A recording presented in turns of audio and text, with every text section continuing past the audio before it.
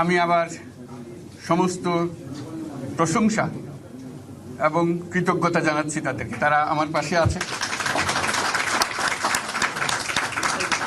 এরা এই দেশকে রক্ষা করেছে, এ দেশকে নতুনভাবে পুনর্জন্ম দিয়েছে এবং এই পুনর্জন্মে যে বাংলাদেশ পেলাম সে বাংলাদেশ যেন অত্যন্ত দ্রুত গতিতে এগিয়ে চলতে পারে, সেটাই হলো আমাদের শপথ।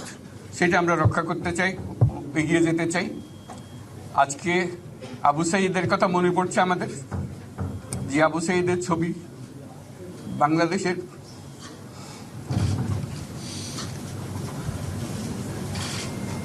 প্রতিটি মানুষের মনে গেঁথে আছে, এটা কেউ ভুলতে পারবে না। কি অবিশ্বাস্য একটা সাহসী যুবক, বন্দুকের সামনে দাঁড়িয়ে আছে।